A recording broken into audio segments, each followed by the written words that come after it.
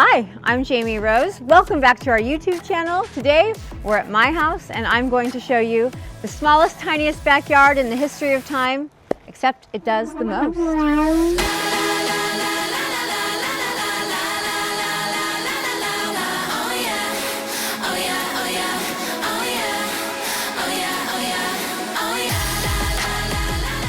When people think of backyards, I think they think, hey, bigger is better. The more is more. But not necessarily true. I think smaller is better because in a backyard, they're expensive. Smaller, less expensive. Also, there's a lot of maintenance outside, plants, grass, mowing the lawn, skimming the pool. All that takes time and money. Smaller, less of that. And also ambiance.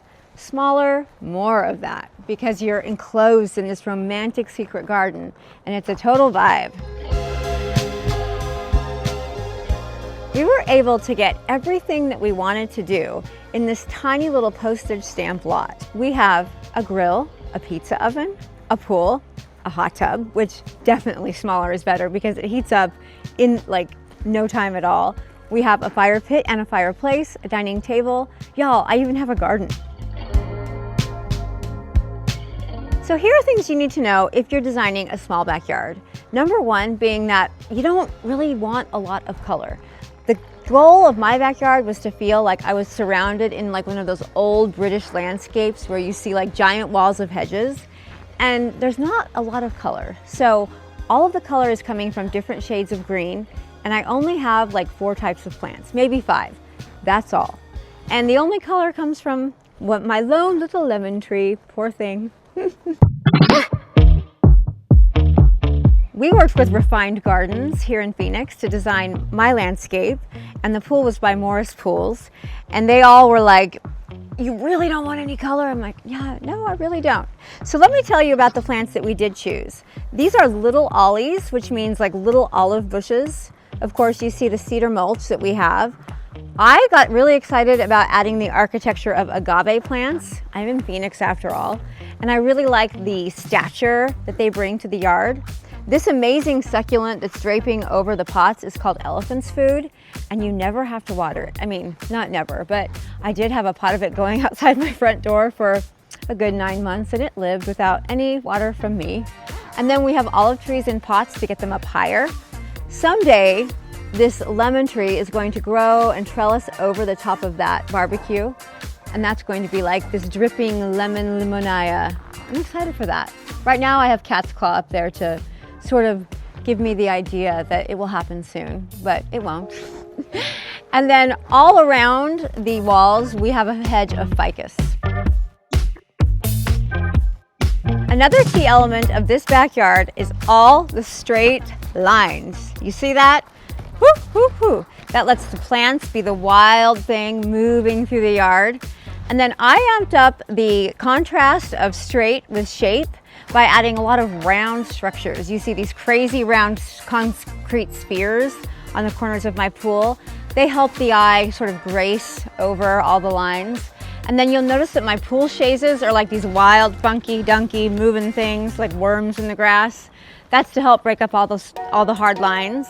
And then of course we went with round dining furniture to give the eye something soft to land on while taking in all of the straight lines. I was a cheerleader.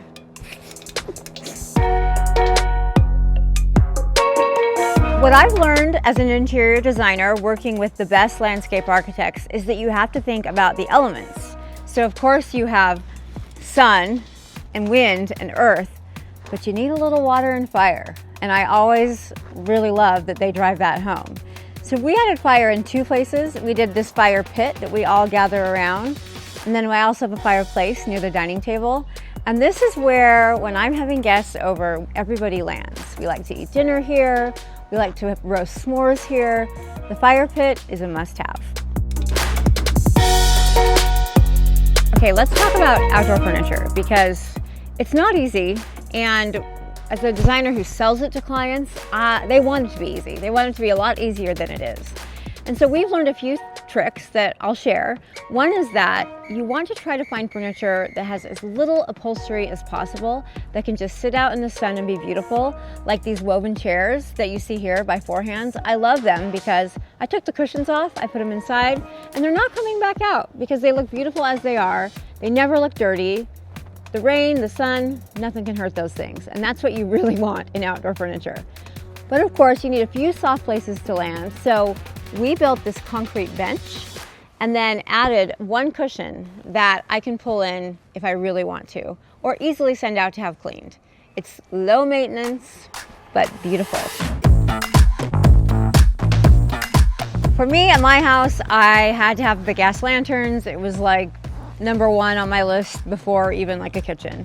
To me, they just add this beautiful romance when we're sitting out here at night. It's this inimitable glow that I really love, and it's kind of become a hallmark of our work. If you're working with me, you're getting a gas lantern.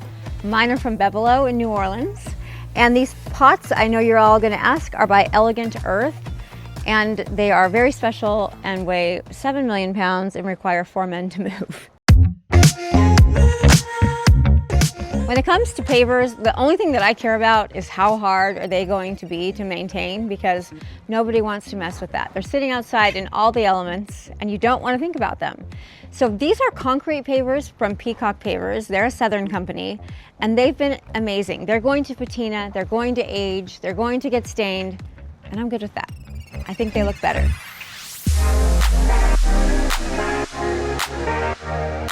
Go away, bird. Okay. Our pool is by Morris Pools, and I tortured myself with something crazy, which was the color of this pool.